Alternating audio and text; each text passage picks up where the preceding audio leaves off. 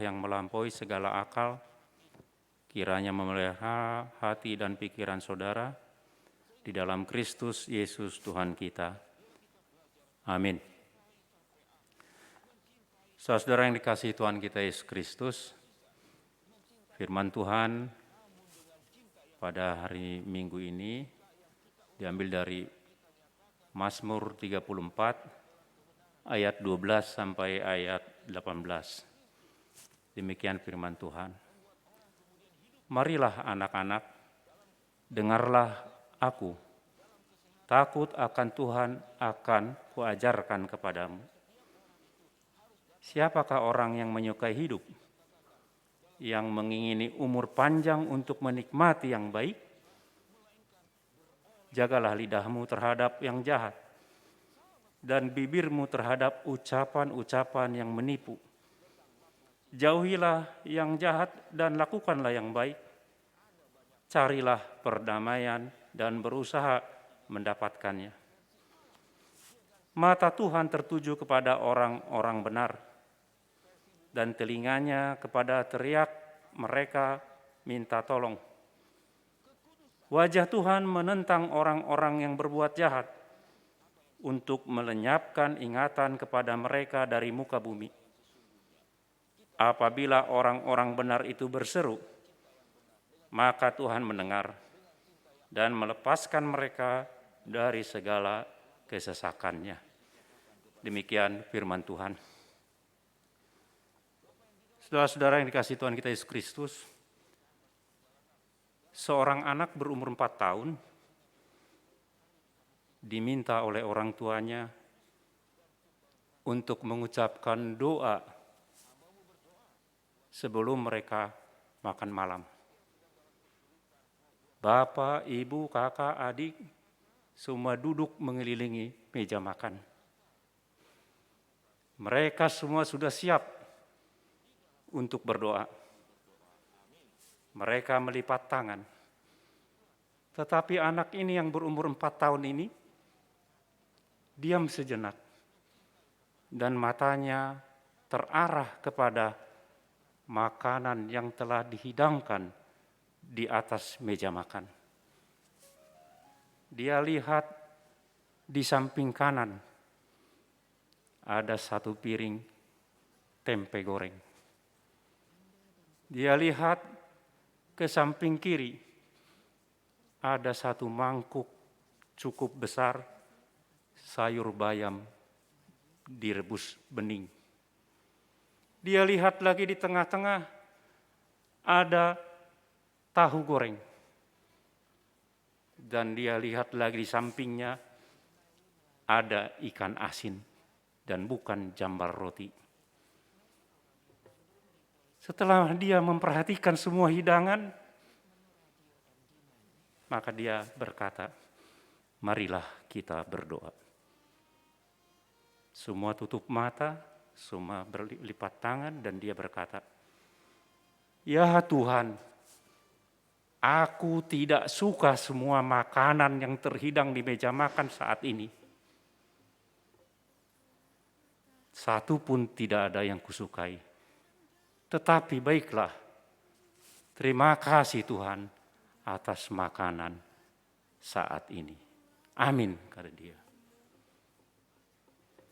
Saudara, anak itu walaupun tidak suka dengan tempe, dengan tahu, dengan ikan asin, dengan sayur bayam sebagai hidangan makan malamnya, tetapi dia tetap bersyukur dan berterima kasih kepada Tuhan atas makanan yang ada.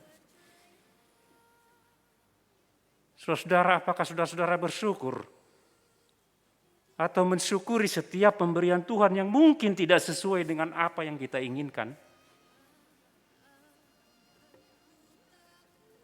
Apakah yang kita lakukan setelah kita mengecap semua kebaikan Tuhan, mungkin kebaikan itu juga yang mungkin tidak kita harapkan, tidak sesuai dengan apa yang kita bayangkan sebelumnya? Apakah kita masih bersyukur dengan segala sesuatu yang dilakukan Tuhan dalam hidup kita? yang telah kita jalani sampai saat ini. Saudara, Mazmur pasal 34 adalah Mazmur yang dituliskan oleh Daud. Dan ini adalah Mazmur yang indah, yang luar biasa indahnya. Jika kita baca dalam teks aslinya, maka dari ayat 1 sampai ayat 23 dimulai dengan abjad Ibrani, Alef, Bet, sampai terakhir. Itu mulainya begitu, sangat indah sebetulnya. Tetapi bukan hanya bentuknya yang indah, tetapi isinya juga begitu indah. Coba kita lihat di awalnya.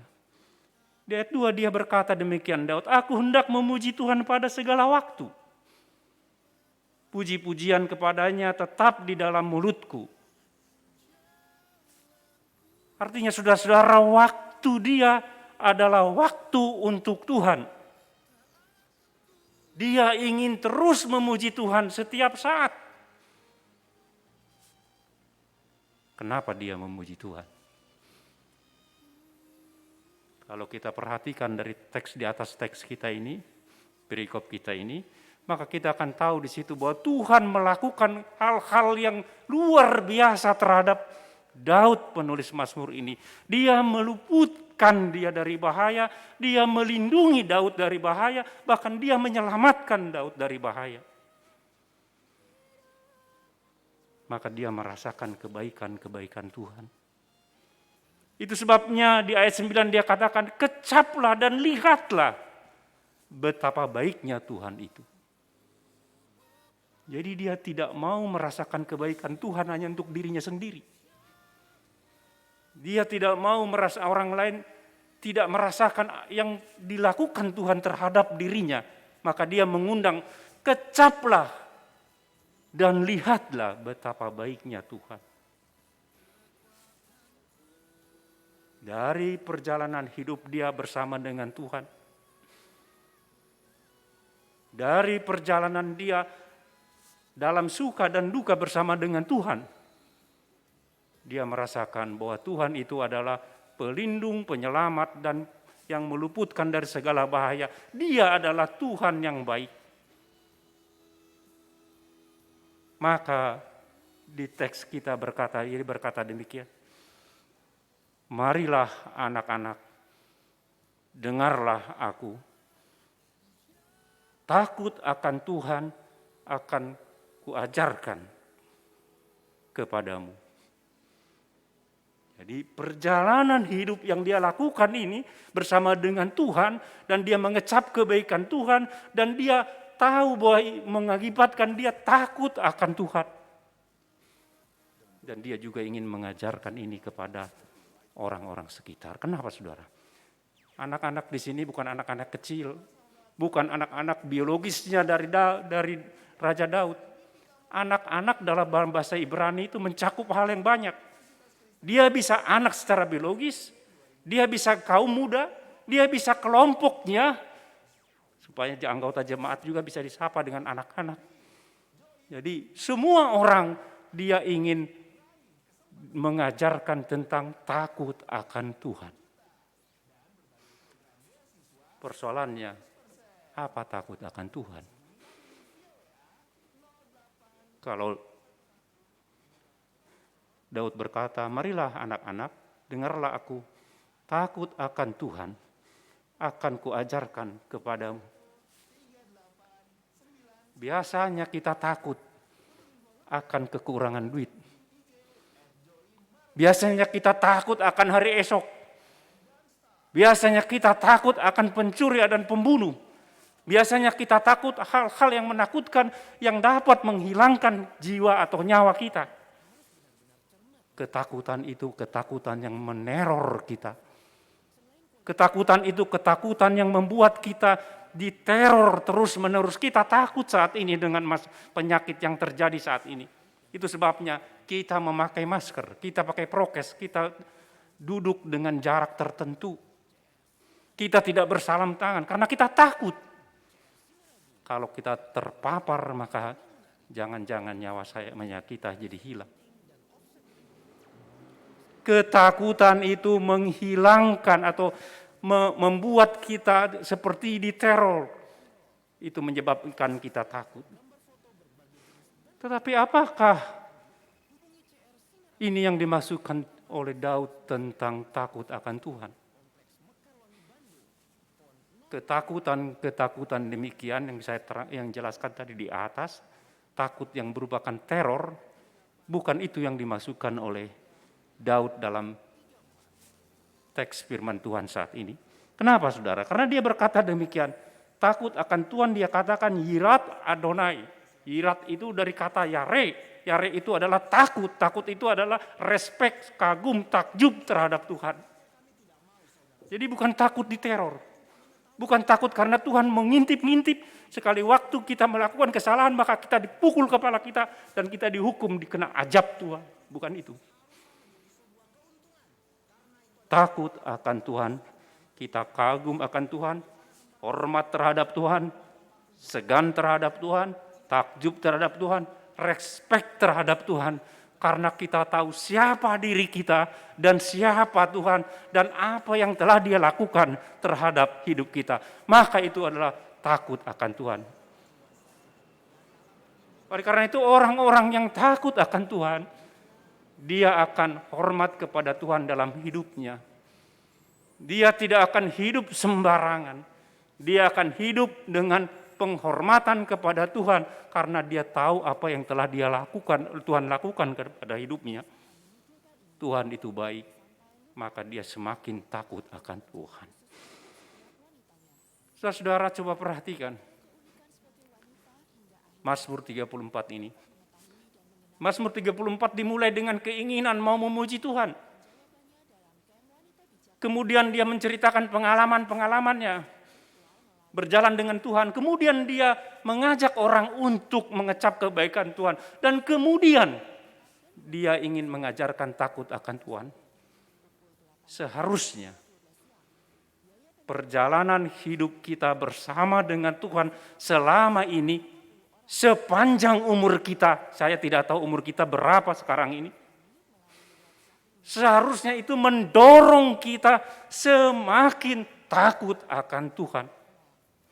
Semakin respek, hormat terhadap Tuhan. Semakin takjub terhadap Tuhan. Semakin melakukan hal-hal yang diinginkan oleh Tuhan karena kita tahu apa yang telah Dia lakukan dalam hidup kita. Itulah takut akan Tuhan, saudara-saudara.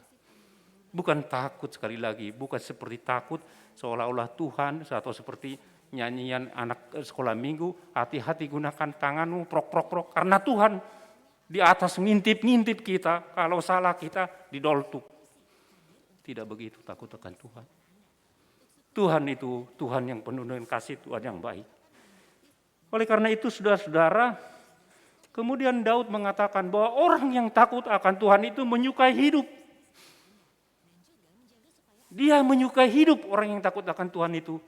Hidupnya tidak akan bertentangan dengan kehendak Allah. Saya percaya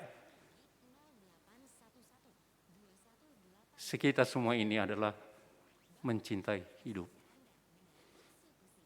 Siapa di antara kita yang tidak menyukai hidup? Mungkin sudah menggantung diri.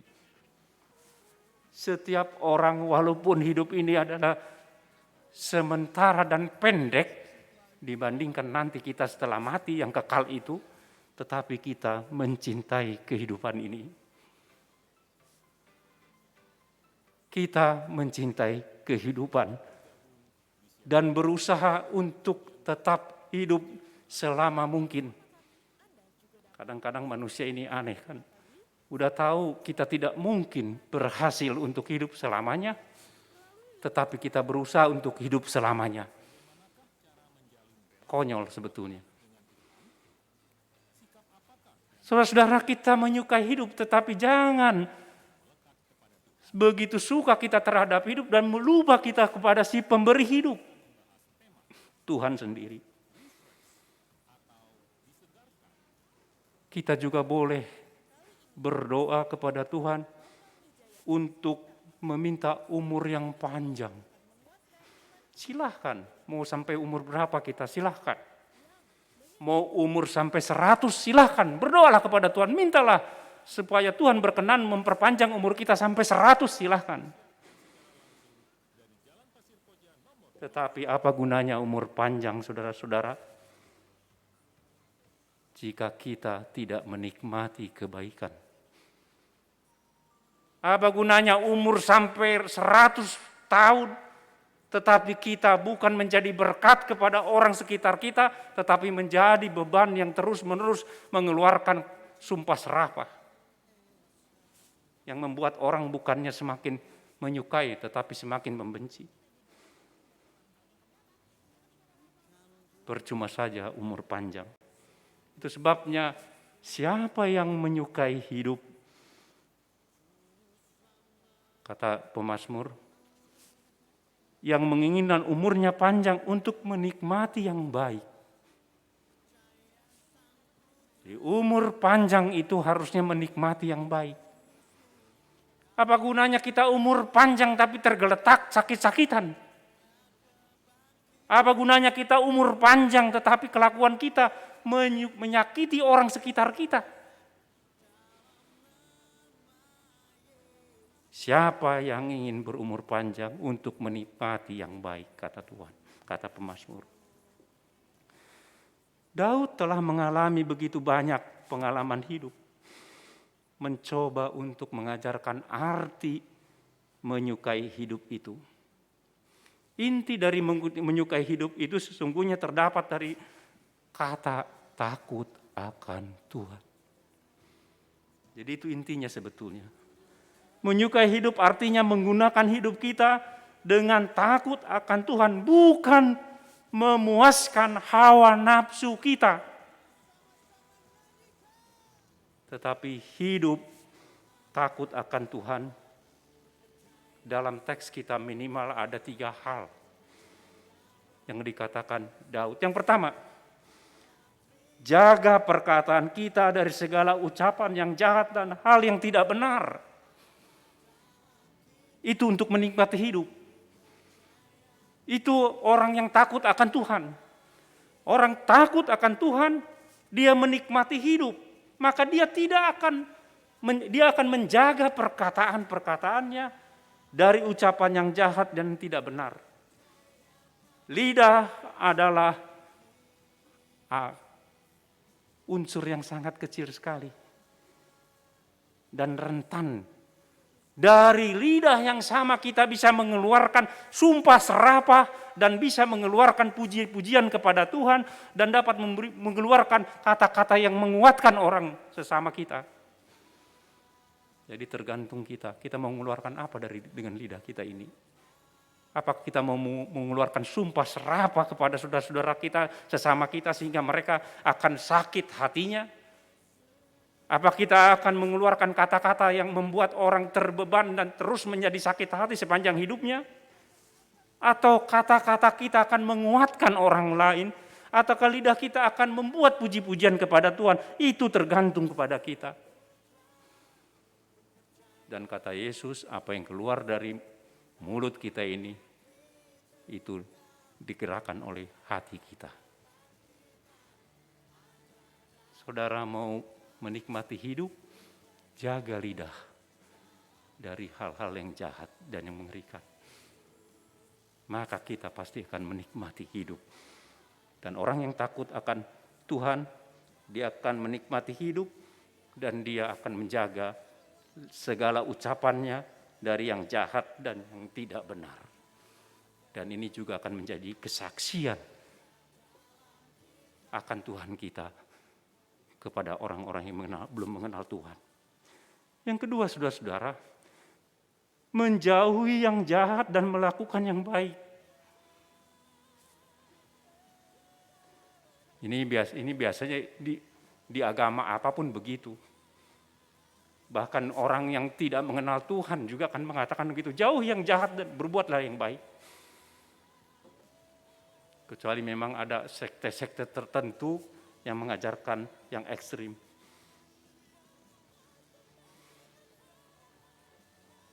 Hal-hal yang jahat itu sebetulnya jika dilakukan pada mulanya itu menyakitkan ya bagi yang melakukannya itu. Sekali lagi saudara-saudara, salah satu syarat untuk dapat menyukai hidup, menikmati hidup, kita harus belajar untuk boleh melakukan hal-hal yang baik, yang berkenan kepada Tuhan. Yang ketiga, saudara-saudara, berusaha mencari perdamaian. Harus mencari perdamaian. Tentu hidup ini akan tenang jika kita berdamai dengan orang sekeliling kita. Saya bayangkan kalau kita tidak berdamai dengan orang sekeliling kita, masuk ke gereja ini kita banyak musuh, dan kita pasti tidak akan datang ke gereja ini. Saya dapat bayangkan saudara-saudara kalau banyak musuh di tempat kerja, maka kerja saudara pun tidak akan senang di tempat kerja. Saya bayangkan kalau saudara banyak musuh, bahkan di keluarga saudara mungkin saudara tidak akan pulang ke rumah. Usahakanlah perdamaian. Tapi yang paling mudah harus dimulai dari keluarga kita masing-masing. Di dalam keluarga kita harus hidup rukun antara anak, suami, istri, semua harus rukun. Kalau dalam keluarga kita sendiri tidak bisa hidup damai, bagaimana kita dapat hidup damai dengan orang lain? Usahakanlah hidup damai. 3 hal ini yang di atas, saudara-saudara, sederhana sebetulnya. Dan ini dapat membuat kita menyukai hidup. Orang yang takut akan Tuhan, dia akan menyukai hidup. Dan dia melakukan, sekali lagi yang 3 hal tadi itu, tidak, ucapannya tidak melakukan yang jahat dan hal-hal yang tidak benar, dia menjauhi yang jahat tetapi melakukan yang baik, dan dia terus-menerus mencari perdamaian, terutama pertama dalam keluarga masing-masing, kemudian masukkan keluar dari keluarga mereka masing-masing. Kemudian saudara-saudara dalam teks kita ini setelah membahas ini, maka dia berkata gini, mata Tuhan tertuju kepada orang-orang benar. Siapa orang-orang benar menurut Mazmur ini? Siapa orang-orang benar dalam pengertian perjanjian lama? Orang-orang benar dalam perjanjian lama adalah mereka yang mentaati perintah Tuhan. Kalau bahasa aslinya dalam kamus Ibrani, bahasa Inggris dibilang lawful. Dia mentaati firman Tuhan, kehendak Tuhan. Mereka mentaati kehendak Tuhan karena mereka takut akan Tuhan. Setiap orang yang takut akan Tuhan, dia akan berusaha untuk mentaati kehendak Tuhan. Dan orang benar ini akan dijaga oleh Tuhan. Kesesakan orang benar banyak. Kesusahan orang benar banyak. Tapi Tuhan berjanji, dia akan menjaga orang benar. Saudara-saudara, ada orang yang berkata demikian, Tuhan itu lebih berpihak kepada orang-orang yang jahat. Sebab kalau kita lihat di dunia ini katanya, orang-orang yang jahat kelihatannya lebih sejahtera, lebih menikmati hidup, lebih senang hidupnya menurut kita. Tetapi ada juga orang yang berkata demikian. Sebagai orang benar, pasti Tuhan akan menjaga saya. Ketika sesuatu terjadi dalam hidupnya, maka dia akan menuntut Tuhan. Kenapa Tuhan tidak menjaga dia? Dan kalau ini tidak ada jalan keluarnya, maka mereka akan berbalik 180 derajat dan menjadi orang jahat. Saya tidak tahu di antara kita ada yang berlaku demikian. Ada yang berpandangan demikian. Saya tidak tahu di antara kita ada yang bergumul dengan situasi yang mirip dengan yang saya katakan tadi. Tapi sekali lagi saudara-saudara, ingat pengalaman Daud dan pergumulan imannya yang dinyatakan di dalam teks kita, Mazmur ini. Ia selalu menjadikan pergumulannya sebagai contoh bagi orang-orang yang percaya kepada Tuhan, kepada kita. Tuhan tidak pernah berkompromi dengan orang jahat, ingat itu. Ia selalu menjadikan orang jahat sebagai pihak yang bertentangan dengan mukanya. Itu di teks kita, muka Tuhan. Jika kelihatannya orang jahat di dunia ini lebih senang, jika kelihatannya orang jahat di dunia ini lebih sejahtera, ingat, bukan pandangan kita ukurannya, tetapi pandangan Tuhan ukurannya. Ingat bahwa yang nampaknya sejahtera di antara orang jahat itu sementara, saudara-saudara, bukan kekal. Nah, orang-orang yang benar, yang tadi takut akan Tuhan, yang menikmati hidup, dan dia benar karena dia takut akan Tuhan, dia akan dijaga oleh Tuhan. Seperti yang katakan Paulus, tidak ada yang memisahkan kita dari kasih Allah di dalam Kristus. Mungkin kita harus menderita di dunia ini. Mungkin kita harus mengalami hal-hal yang susah di dalam dunia ini. Tetapi Tuhan berjanji sebagai orang yang benar, orang yang dibenarkan oleh Tuhan, kita tidak pernah dikalahkan oleh kesusahan. Kita tidak pernah terlepas dari kasih Tuhan. Tuhan akan terus melakukan apa yang Dia akan melindungi kita, karena itulah janji Dia. Oleh karena itu, saudara-saudara, saya tarik lagi dari awal. Orang benar adalah orang yang takut akan Allah. Takut akan Allah dikarenakan karya Allah dalam hidup kita yang mendorong kita takut akan Allah. Dan ini diwujudkan menjaga lidah, menjauhi kejahatan, berusaha mencari perdamaian. Maka Tuhan akan menjaga kita senantiasa, apapun masalah yang ada dalam hidup kita. Tuhan memberkati. Kita berdoa. Bapa kami di surga, kami bersyukur Tuhan karena firman-Mu mengingatkan kami betapa Engkau begitu baik dalam hidup kami Tuhan. Tolong kami Tuhan untuk semakin takut akan Engkau Tuhan. Karena kami takut akan Engkau, maka kami akan melakukan semua yang Engkau kehendaki. Terima kasih Tuhan, sehingga kami jika melakukan apa yang Kau kehendaki, kami akan menikmati hidup yang Kau berikan. Terima kasih Tuhan atas firman-Mu, kiranya firman-Mu itu senantiasa menguatkan dan merubah hidup kami bersama dengan Roh Kudus-Mu Tuhan, sehingga kami semakin takut akan Tuhan. Dengar dan sempurnakan doa kami ini di dalam Kristus Yesus Tuhan kami. Amin.